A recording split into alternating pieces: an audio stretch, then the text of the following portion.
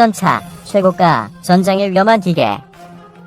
한국의 주력 전차 K2 흑표 전차가 사회주의 국가로 러시아제 전차를 쓰는 베트남에 소개됐다. 세계에서 가장 비싼 전차이자 전장의 위험 기계로 소개됐다. 베트남 매체 TN퐁은 11세계 최고 기록을 발간하는 기네스 세계 기록을 인용해 K2 전차가 대당 850만 달러로 세계에서 가장 비싼 전차라면서 특수한 특징과 전장에서 매우 위험한 기계이기 때문이라고 소개했다. K2 흑표 전차는 한국 육군이 100대를 실전 배치하고 106대를 양산 중인 주력 전차이다. 미마 850만 달러는 13일 원달러 환율 기준으로 무려 103억 5215만 원이다. 현대로템과 방산업계에 따르면 K2 전차는 주포로 120mm 55구 경장 활강포를 채택했으며 자동장전 장치를 설치해 승무원이 3명에 불과하다. 전투 중량은 55톤이다. 1500마력의 강력한 엔진이 내뿜는 힘 덕분에 포장도로는 최고 시속 70km, 야지에선 50km까지 달릴 수 있다. 또한 수심 4.1m까지 잠수 도하를 할 수 있다. 방산업체 현대로템이 개발, 생산한 K2 흑표 전차는 21세기 네트워크 전장 환경을 고려한 디지털 기반의 인간공학적 설계를 적용해 전투 효율을 최적화한 전차로 평가받고 있다. 소프트 킬 기능에 속하는 능동방호 시스템을 채택하고 폭발 반응 장갑을 채용해 증대되는 공격 헬기와 같은 전차의 상부위 협에도 대응할 수 있다. 이와 함께 전, 후, 와, 우로 자유롭고 정밀하게 자세를 제어할 수 있는 유기압 변수 장치가 장착돼 지형이 험난한 전장 환경에서도 우수한 전투력과 기동력을 발휘한다. 화생방 방어 장비로 양압 장치가 채용돼 승무원이 전투 중 광동면을 사용하지 않고 전투를 수행할 수 있다. 아울러 중성자 차폐라이너를 채용해 핵폭발 시 발생하는 유해한 방사선을 효과적으로 차단한다. TN퐁은 K2 전차의 가장 인상적인 특징으로 현수 장치를 예를 들고 이 장치 덕분에 전차가 전후 좌우로 기울어질 수 있으며 특히 뒤로 기울질 경우 저공 비행하는 항공기나 한반도 선악 지형의 높은 곳, 표적을 정차포로 겨냥할 수 있다고 소개했다. TN퐁은 또한 K2의 방수 능력이 믿을 수 없을 만큼 탁월하다면서 수중에서는 물을 1900리터 이상 빨아들여 무게를 2톤 이상 늘린다고 설명했다. TN퐁은 또한 K2 전차가 발사하는 포탄은 최대 8km 떨어진 표적을 사격할 수 있다면서 크스탄 포탄은 날아가는 조종 날개를 이용해 표적으로 날아가며 표적에 접근해서는 우산을 표속도를 늦춘 다음 표적을 찾아내 적전차 포탄의 가장 취약한 부분에 광통탄두를 발사한다고 덧붙였다. TN퐁은 또한 K2 전차가 2008년 터키에 판매됐으며 폴란드간 오유러시아제 T-72와 독일제를 오파르트 이 전차를 대체하기 위해 800대의 K2를 구매하는 계약을 체결했다고 전했다.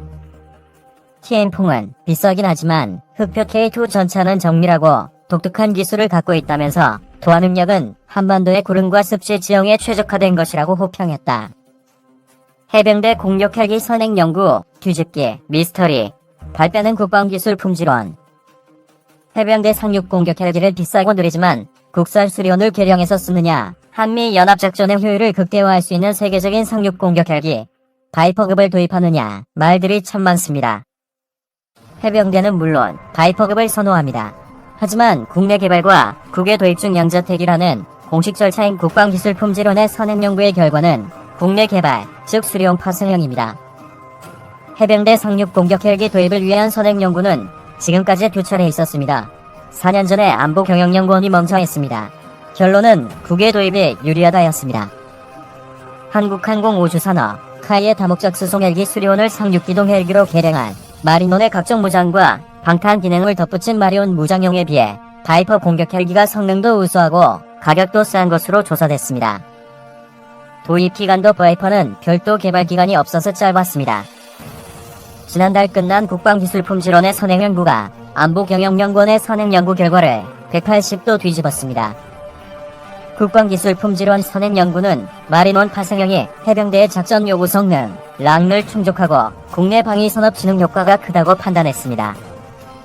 4년 동안 국내외 헬기 산업에는 별일이 없었는데 선행연구 결과만 격변했습니다.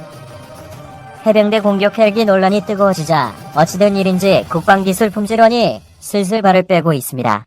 이번 선행연구의 주체는 국방기술품질원이 아니라 방위사업청이라는 겁니다.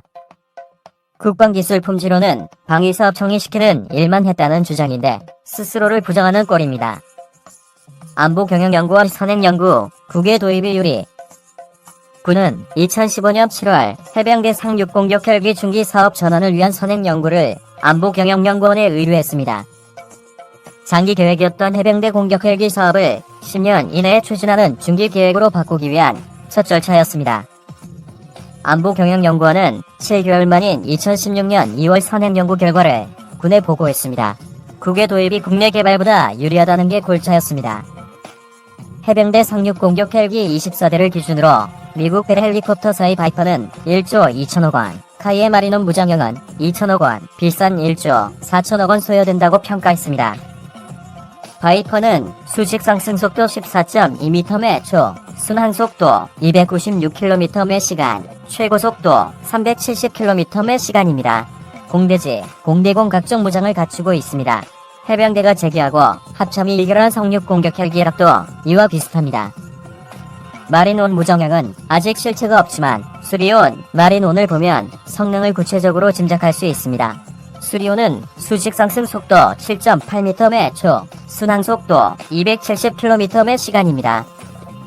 마린온은 수리온보다 수백 kg 무거워서 수직 상승 속도 7.2m/초, 순항 속도 264km/시간입니다. 수리온보다 느립니다. 마린온보다도 무거운 마린온 무장형은 수직 상승 속도 7m/초, 순항 속도 250km/시간로 알려졌습니다. 무장이 충실할수록 무게는 그만큼 늘어나 떠느려집니다. 공격 헬기는 가장 빨라야 하는데 마린온 무장형은 수리용 파생형 중에서도 가장 굼뭅니다. 게다가 마린온 무장형은 개발 기간이 필요해서 해병대에게 인도되는 시기가 참 늦습니다.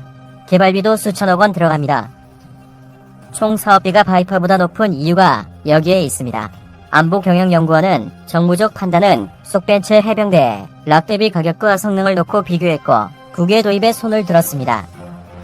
그래서 해병대 공격 헬기 사업은 국외 도입을 염두에 두고 추진됐었는데 이번 국방기술품질원의 선행연구를 계기로 카이의 대역전 드라마가 되고 있습니다. 선행연구 결과에 자신 없는 국방기술품질원. 국방기술품질원은 자칭 선행연구 전문기관입니다. 국방부 산하 정부기관으로 최근 들어서는 선행연구를 독점하고 있습니다. 신뢰, 능력 면에서 떨어지는 민간 연구소의 허술한 선행연구를 원천 차단하겠다는 썩 괜찮은 의도이고 시도입니다. 그런데 이번에는 많이 이상합니다. 지난달 해병대 상륙 공격 헬기 선행연구의 결과를 국내 개발로 확정했으면 밀고 나가야 할 텐데 국방기술품질원은 한 달 만에 자신감을 상실했습니다. 안보경영연구원의 선행연구 결과가 뒤집힌 데 대해 여러 질문들이 쏟아지자 국방기술품질원은 방위사업청에 하소연을 했습니다. 요지는 선행연구의 주체는 방위사업청이고 국방기술품질원은 방위사업청의 선행연구를 위해 자료를 조사하고 분석했을 뿐이다입니다. 방위사업청이 선행연구를 의뢰한 발주처인 건 맞습니다. 하지만 자료를 조사하고 분석하는 선행연구 자체는 국방기술품질원이 했습니다. 각종 공문서에도 국방기술품질원 선행연구라고 표기합니다. 선행연구의 주체는 국방기술품질원입니다. 그래서 국방기술품질원은 스스로 선행연구 전문기관이라고 부르는 겁니다. 해병대 공격 헬기 국내 개발 선행연구 결과가 논란이 되자 국방기술품질원은 이제 와서 심부름만 한 척 모른 척하니 해병대뿐 아니라 카이도 어리둥절하고 있습니다. 국방기술품질원이 해병대 공격 헬기 선행연구 결과에 자신이 없다는 방증입니다.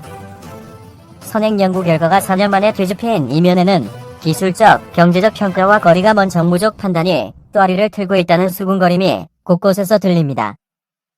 감사원 사무총장을 거쳐 카이 사장을 한 뒤 청와대에 입성한 김조은 민정수석의 이름이 요즘 마린온 무장형과 함께 자꾸 거론되는 이유도 이 때문입니다. 국산 수송헬기 수리온으로 공격 헬기를 만들 수 있다면 더할 나위 없이 좋습니다. 하지만 트럭을 아무리 무장하고 개량한들 전차가 되지 않습니다. 수리온에 무장 달면 그저 무장 수송헬기 이지적 해안에 상륙한 해병들을 엄호하며 적의 화력을 압살하는 공격 헬기가 될 수는 없습니다. 수리온은 다목적 수송헬기로서 아름답습니다. 국내 산업진흥, 방위산업 육성을 위해서라면 명실상부 국산 공격 헬기 개발에 도전해야 합니다. 해병대가 국내에서는 세력이 약한 소군이라고 해서 툭하면 해병들을 대상으로 수리온 우려먹기를 해서는 안 됩니다. 마린원, 소방헬기, 의무헬기, 경찰헬기, 산림헬기, 해경헬기, 수리온 우려먹기는 이미 충분히 했습니다. 무리하면 탈납니다. 2018년 7월 17일 마린원 추락 사고가 명징한 예입니다. 유튜브 채널 24H 밀리터리 여러분의 구독과 좋아요, 알림 설정은 컨텐츠 제작에 큰 힘이 됩니다. 시청해주셔서 감사합니다. 포스팅이 도움되셨다면 구독하기를 꾹 눌러주세요.